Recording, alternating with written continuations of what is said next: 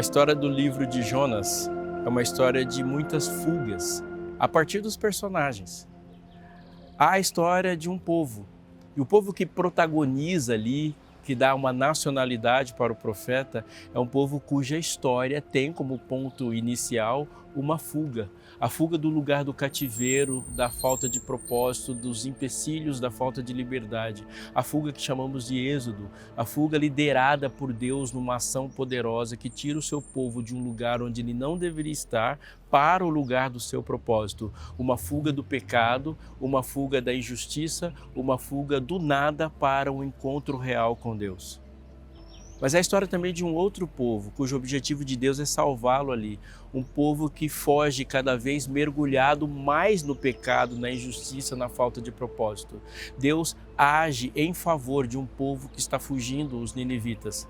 E entre esses povos há um profeta fujão, que foge da presença do Senhor, que foge do seu propósito, que foge do chamado, que foge numa inconsciência. E nessas fugas existe um Deus que age entre todos os fujões, colocando-os todos no mesmo lugar, nos mesmos 4 capítulos. Mas a história não está lá só para a gente aprender sobre eles, a história está lá para a gente aprender sobre nós, as nossas fugas, os nossos sonos, as nossas inconsciências propositais, a nossa relação com a presença do Senhor. Não sai daí, é sobre você que nós estamos falando e por isso continue acompanhando o Fé para Hoje.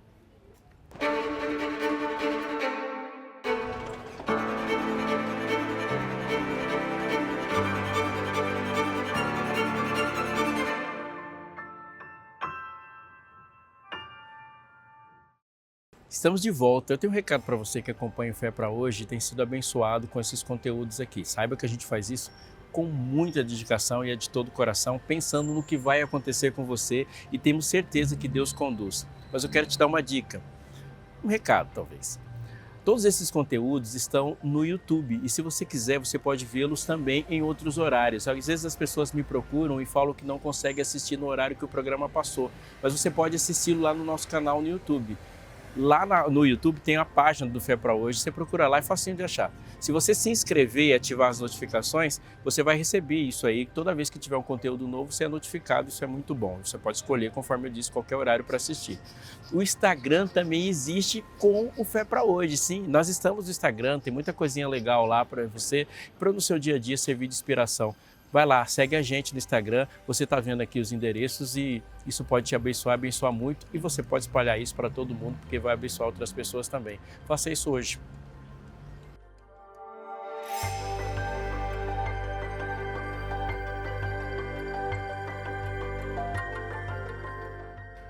Veio a palavra do Senhor a Jonas, filho de Amitai, dizendo: Dispõe-te, vai à grande cidade de Nínive e clama contra ela, porque a sua malícia subiu até mim. Jonas se dispôs, mas para fugir da presença do Senhor para Tarsis. E tendo descido a Jope, achou um navio que ia para Tarsis. Pagou, pois, a sua passagem e embarcou nele, para ir com eles para Tarsis, para longe da presença do Senhor. Não tem nenhuma vírgula fora do lugar aqui, nenhuma frase fora do lugar. A construção do texto é inspirada. Não que a inspiração haja assim como um ditado, mas a ideia é muito forte. Mas também, tal como é forte a ideia, há também uma intenção para que o leitor entenda inspiradamente e o mover do Espírito haja sobre a mente do leitor, aquele que está ouvindo a história, o que Deus quer fazer nesse impacto de tensão da própria história. Se você voltar os seus olhos para o texto bíblico, quando você lê Jonas, você vai perceber algumas repetições intencionais e uma ordem, uma sequência de coisas que se colocam para que a nossa atenção seja direcionada para isso.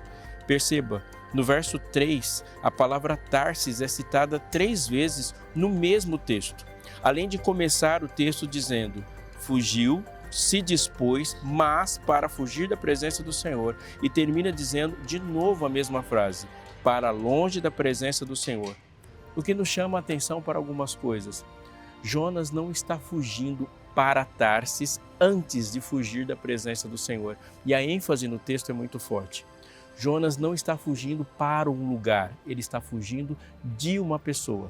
O texto começa assim, primeiro dizendo, ele se dispôs, se arrumou, mas para fugir da presença do Senhor. Essa tensão, ela deve estar na superfície do nosso pensamento em todos os momentos, quando a gente pensa na nossa própria fuga, porque isso é, de fato, um labirinto que os seres humanos podem construir para si mesmos. Muitas vezes nós estamos pensando que estamos fugindo para algum lugar, quando na verdade não estamos fugindo para lugar nenhum. Nós estamos fugindo de alguém. E nós podemos construir muitas coisas, inclusive nos nossos relacionamentos. Pensamos que naquele relacionamento estamos tentando nos aproximar de uma pessoa, quando na verdade nós estamos no relacionamento se distanciando de Deus, nos distanciando de Deus. Pensamos muitas vezes quando a gente troca de igreja que estamos nos aproximando de um novo templo, quando na verdade não é isso que está acontecendo. A gente está fugindo da presença do Senhor. Algumas pessoas vivem experiências nos seus empregos, achando que elas estão indo para uma nova etapa da vida, indo para um novo desafio, mas não é isso que elas estão fazendo. Elas estão fugindo da presença do Senhor. Essa ênfase é muito importante porque ela já aparece na primeira história do pecado. A história do pecado, ela é configurada e escrita para a gente como a história de uma fuga. Adão experimenta o fruto, sente o sabor do pecado.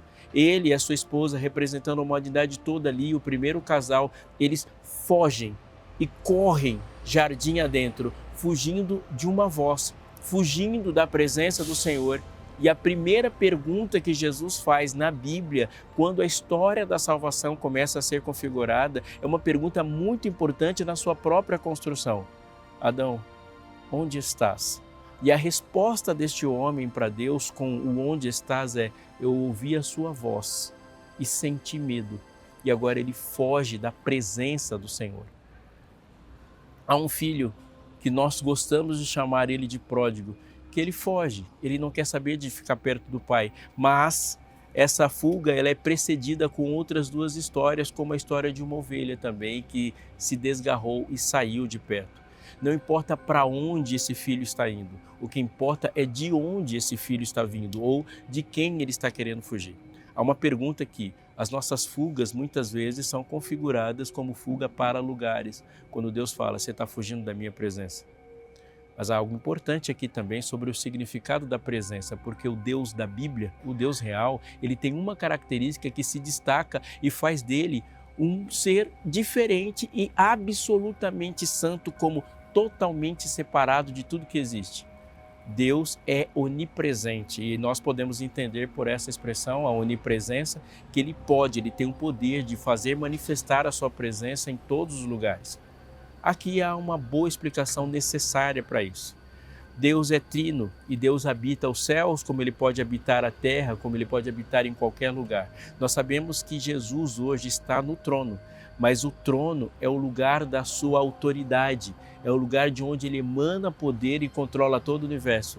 Porém, o trono não é a prisão de Deus. Assim, sintetizando, os céus são a morada de Deus e não a sua prisão.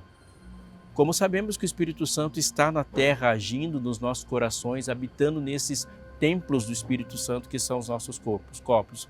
Mas isso não significa que ele está limitado aos nossos corpos, limitado a essa terra. Ele, de onde ele está, pode alcançar todos os lugares e tem o poder para se fazer presente e real em absolutamente qualquer circunstância, qualquer partícula. O salmista diz isso quando fala da onipresença de Deus. Se subo ao céu, tu lá estás, se faço na mais profundo abismo a minha morada, lá estás também.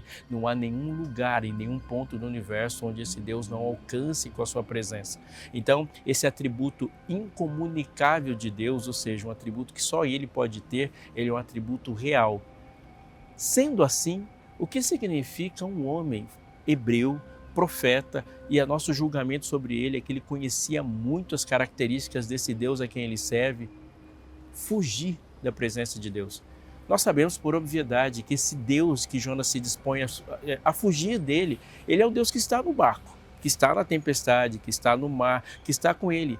A presença de Deus pode acompanhar Jonas e não há nenhum lugar onde ele não possa estar, mas ele foge da presença do Senhor. Isso significa que é uma profundidade muito maior nessa frase do que simplesmente aquilo que é visto na superfície. Jonas, em todos os seus aspectos, principalmente desse verso 3, ele vai encontrar alguns paralelos, alguns ecos que testemunham contra a sua rebeldia. O primeiro, a gente pode ver num personagem muito importante das profecias em Israel, chamado Elias. Me acompanhe.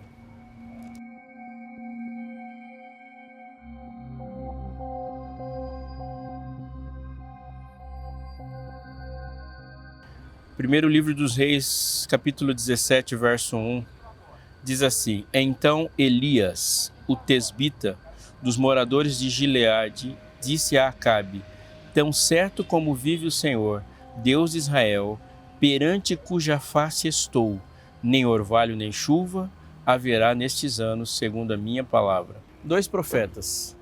Este, Elias, um homem que foi chamado, Deus aparece, veio a palavra do Senhor a ele e dá a ele uma missão. E imediatamente ele cumpre a missão. O texto fica claro que quando Elias vai na sua missão para dizer o recado que ele recebeu dos céus, a autoridade que ele usa para dizer é dizer ao rei e enfrenta ao rei com esta frase: em cuja face estou, diante de quem estou, na presença de quem eu estou.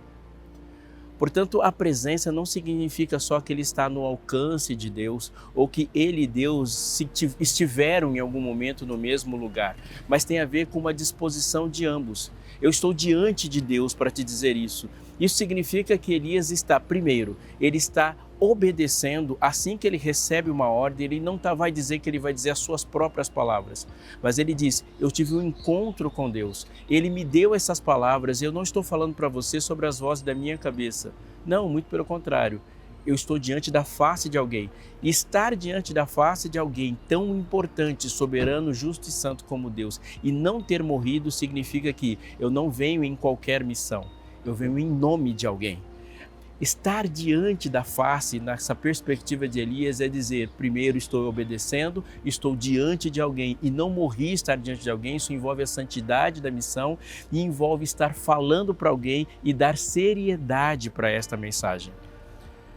Eu estou falando em nome do Senhor, diante de cuja face estou. Eu não fugi. Não fuja também. Quando você disser sim ou disser não para as minhas palavras, isso está muito presente na fala de Elias. Você não está dizendo para mim, você está dizendo para ele. Elias evoca a sua comunhão com Deus para falar a sua mensagem. Isso é tremendamente importante. Na comunhão, o mensageiro, a mensagem e aquele que deu a mensagem se fundem. Portanto, as rejeições e a maneira como as pessoas vão reagir a isso vão estar também coladas. Agora note o que acontece no caso de Jonas. Jonas recebe a incumbência: dispõe-te, vai-te à grande cidade de Nínive e clama contra ela. E o que acontece é o que diz no verso a seguir. Jonas se dispôs, mas para fugir da presença do Senhor. Elias aqui é uma sombra para Jonas, porque enquanto ele recebe a missão e vai, diz que está na presença do Senhor, Jonas faz exatamente o contrário. Ele sai da presença do Senhor. Então, antes dele não ver um ninivita, antes dele rejeitar de diante dos seus próprios olhos qualquer ser que ele determinou no seu coração que não quer ver, ele não quer ver Deus. Então, eu vou repetir uma frase: ele não está fugindo dos ninivitas, ele está fugindo de Deus. Qual é o significado final, então, para Jonas de não estar na presença do Senhor ou de querer fugir? Envolve uma rejeição à missão, envolve uma rejeição à comunhão, e envolve uma rejeição a querer ter uma autoridade profeta. Não querer ter uma autoridade de profeta, uma autoridade profética, envolve uma rejeição do seu próprio propósito, pois a presença do Senhor em Jonas é que faz dele quem ele é.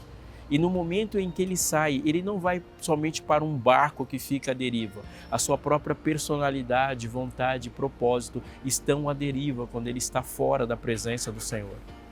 Estar na presença do Senhor é saber que você é a pessoa certa, no lugar certo. Mas estar longe da presença do Senhor é realmente e tragicamente ser a pessoa errada, no lugar errado. Não era só o barco que estava à deriva. Jonas estava assim.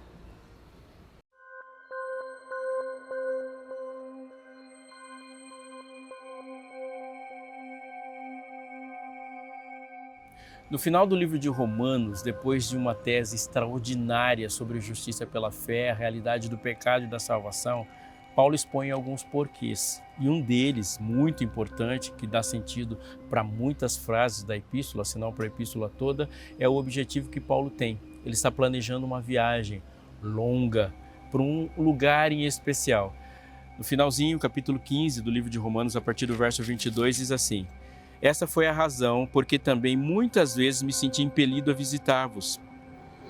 Mas agora, não tendo já campo de atividade nestas regiões e desejando há muito visitar-vos, penso em fazê-lo quando em viagem para a Espanha, pois espero que de passagem estarei convosco e que para lá seja por vós encaminhado, depois de haver primeiro desfrutado um pouco a vossa companhia. No verso 28 ele conclui: tendo, pois, concluído isso e havendo-lhes consignado este fruto, passando por vós, irei à Espanha.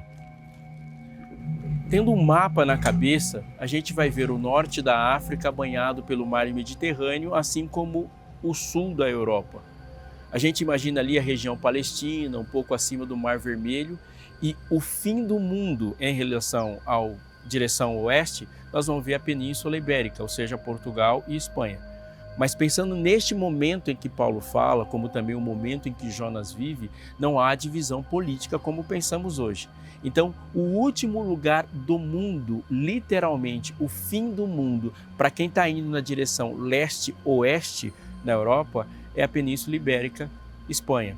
Ao sul da Espanha tem uma cidadezinha portuária onde os navios que saem das outras partes do Império Romano vão, ou das outras partes dos outros impérios e outras organizações vão, que é a cidade de Tarsis. Tarsis estava no sul da Espanha. E aqui há um ponto muito interessante para a gente pensar nesses ecos de rebeldia que condenam Jonas. Jonas, quando quis fugir da presença do Senhor e quis negar a sua missão, ele entra no navio e vai para o fim do mundo. Ele não quer Deus, ele não quer a mensagem de salvação, ele não quer cumprir a missão. Ele quer que os ninivitas morram. E querendo fugir da missão, ele entra, compra uma passagem antes de entrar e vai para a Espanha. Alguns anos depois aparece um homem com um senso de missão extraordinário, determinado a salvar, que escreve capítulo por capítulo, frase por frase, com amor no coração, para que as pessoas compreendam a realidade esmagadora e maligna do pecado. Quando a gente escuta Paulo, o que vem à nossa mente, na sua intenção, é dizer isso. Ele diz isso repetidamente. Nenhuma experiência que os seres humanos já viveram é pior do que a experiência de estar longe de Deus. Nada que um homem viveu é pior do que viver em pecado. E é por isso que se faz necessário que pessoas que conhecem a realidade da salvação se disponham a ir levar a salvação para qualquer canto do mundo. O que Paulo tem na mente é: se existem pecadores no fim do mundo, é para lá que eu vou. Aqui, nesse momento, eu fico imaginando essa cena onde Paulo e Jonas sentam na mesma cena, no mesmo tribunal, na mesma sala para conversar. E a fala de um é condenatória ao outro. Quando se Deus perguntasse para Jonas: Jonas, por que você foi para Tarsis?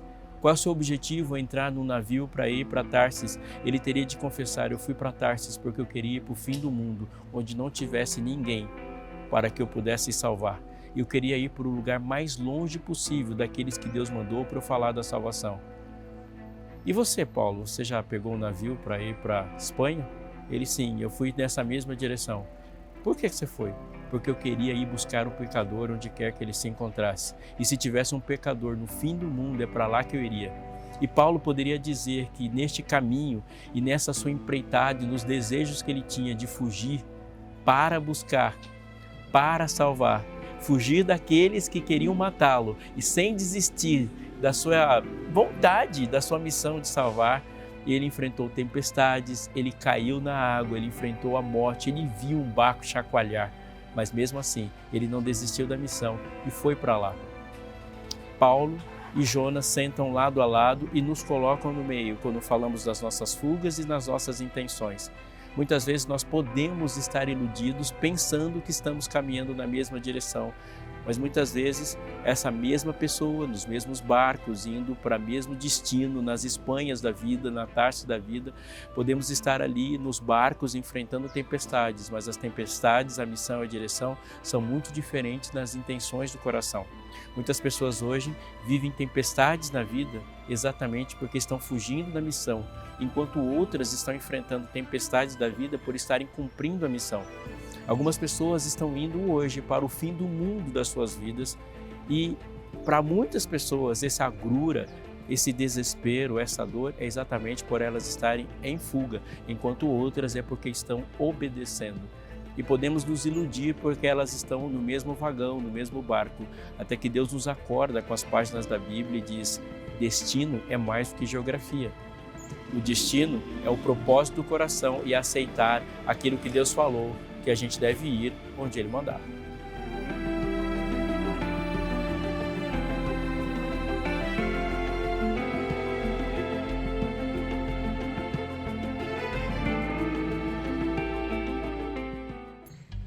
Jonas capítulo 1, verso 4 diz: Mas o Senhor lançou sobre o mar um forte vento, e fez no mar uma grande tempestade, e o navio estava a ponto de se despedaçar. Então os marinheiros, cheios de medo, clamavam cada um ao seu Deus, lançando ao mar a carga que estava no navio para o aliviarem do peso dela. Jonas, porém, havia descido ao porão e se deitado e dormia profundamente. Há uma frase, daquelas muitas frases atribuídas das leis de Murphy, que a gente se diverte em aumentá-las a cada dia, que diz assim, ó: quando todos ao seu redor perdem a calma e só você está tranquilo, isso é sinal de que você não está compreendendo a situação. Às vezes a serenidade aparece para a gente dessa forma e a gente admira gente que permanece serena quando todo mundo está desesperado. E o quanto precisamos de pessoas assim. E você já deve ter vivido circunstâncias assim, onde a gente precisa de gente que não perdeu a calma para nos dar a direção correta e falar com serenidade, e falar com tranquilidade e ver a situação de uma maneira não tão contaminada pelos nossos ânimos e nervos. Mas também o contrário existe. Quando uma pessoa se mostra impassível e não demonstra nenhum tipo de reação a uma situação que é de fato grandiosa, de fato perigosa, a gente pensa, essa pessoa não está entendendo de fato a situação. Ali era uma questão de vida ou morte, era uma tempestade que eles entenderam que não era uma tempestade comum. A própria reação deles, eles eram marinheiros, eles eram experientes, eles conheciam o mar, eles conheciam aquela rota. É bem provável que aquelas pessoas que estavam se dirigindo ali para Tarsis e saindo e fugindo dali de Jope para Tarsis eram navegadores fenícios. Eles conheciam o que estava acontecendo e sabiam que aquela tempestade não era uma tempestade qualquer. O fenômeno era mais do que meteorológico e a gente consegue perceber isso pela maneira como eles clamam ao seu Deus e a maneira como eles reagem propondo uma solução depois para isso. Enquanto tudo está acontecendo, a carga está sendo perdida, eles estão jogando as coisas na água, eles estão clamando cada um ao seu Deus, eles estão desesperados e vendo uma possibilidade de morte real se aproximando deles. Jonas está no fundo do barco, dormindo. A tempestade lá fora, o desespero dentro e lá no fundo, Jonas dorme. Mas eu queria dizer para você, se você conhece e está familiarizado com o texto bíblico, de que ele não é o primeiro e nem o último a fazer isso. Jesus fez isso depois dele, mas também fez. Com a Bíblia aberta no livro de Marcos, a gente consegue perceber esse texto. Marcos, no capítulo 4, verso 35 e diante, diz assim: Naquele dia, já sendo tarde, disse-lhe Jesus: Passemos para outra margem. E eles, despedindo a multidão, levaram assim como estava no barco, e os outros barcos o seguiam. Ora, levantou-se grande temporal de vento, e as ondas se arremessavam contra o barco, de modo que o mesmo já estava a encher-se de água. E Jesus estava na popa, dormindo sobre o travesseiro. E eles o despertaram e lhe disseram: Mestre, não te importa que pereçamos? E ele, despertando, repreendeu o vento e disse ao mar: Acalma-te, emudece. O vento se aquietou e fez-se grande bonança. Então lhes disse: Por que sois assim tímidos? Como é que não tendes fé? E eles, possuídos de grande temor, diziam uns aos outros: Quem é este que até o vento e o mar lhe obedecem? A pergunta é muito importante que os discípulos fazem para Jesus numa circunstância aparentemente semelhante à que viveu Jonas. Por quê? Porque ele estava dormindo. E quando eles percebem Jesus dormindo, eles fazem a pergunta: você está vendo a chuva? Não, não foi essa a pergunta que ele fez. Você notou a tempestade? Também não foi essa a pergunta que eles fez. Mestre, a tempestade pode nos fazer morrer. Não foi essa a pergunta que eles fizeram. A pergunta que eles fizeram foi: não te importa que pereçamos? Portanto, a pergunta não é sobre a tempestade e nem sobre o poder de Deus sobre a tempestade. A pergunta é: Deus se importa quando as tempestades chegam? O sono de Jesus aqui é um sono muito significativo. E é por isso que quando ele acorda, ele repreende primeiramente o vento e o mar e depois repreende os seus discípulos. Por quê? Porque a pergunta deles não foi sobre o mar, foi sobre se Jesus se importa. Há algumas coisas que estão dentro desse texto. A primeira coisa é: vocês estão pensando que eu vou morrer afogado? Foi isso que vocês leram nos profetas e que o Filho do Homem viria para morrer afogado? Vocês não têm fé, vocês não creram sobre a minha morte? A segunda coisa dentre elas é quando Jesus levanta o que deveria ser óbvio na cabeça deles. É lógico que eu me importo, tanto me importo que eu estou no barco com você. Então, o que era esse sono? Esse sono não é o sono da negligência. Esse sono não é um sono de quem não tem noção do que está acontecendo, mas é o sono de quem tem tamanha consciência do propósito e do amor que ele é como alvo do Pai e o amor que ele tem pelos outros. É o sono de quem sabe como as coisas vão terminar. Diferentemente de Jonas, aquele sono era diferente. Jonas estava dormindo e essa pergunta poderia ter sido feita para ele: Jonas, você não se importa com o que está acontecendo com todos nós, que todo mundo vai perecer? Clama a teu Deus. Mas o sono de Jonas é o sono de quem está e é a pessoa errada, vivendo no lugar errado. As perguntas se diferenciam ali, como os sonos se diferenciam ali. Da mesma maneira como as pessoas podem ser encontradas na mesma estrada, caminhando na mesma direção, mas podem ter partidos de pontos diferentes, com objetivos diferentes e, obviamente, elas são diferentes em relação a Deus. Também é semelhante a gente perceber que o último lugar, o fim do mundo, pode ter significados diferentes para as pessoas. É por isso que o conhecimento de Deus nos trará conhecimento sobre todas as coisas ao nosso redor. Não que Deus funcione como a ciência funciona, mas a Bíblia é um livro que fala de alguém que é o autor do projeto.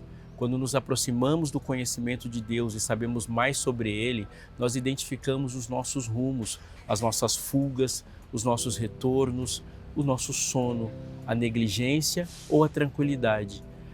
Entender a Deus, entender o Deus da Bíblia vai redundar em nos compreender e compreender as nossas crises para que a gente se alinhe numa vontade, numa verdade.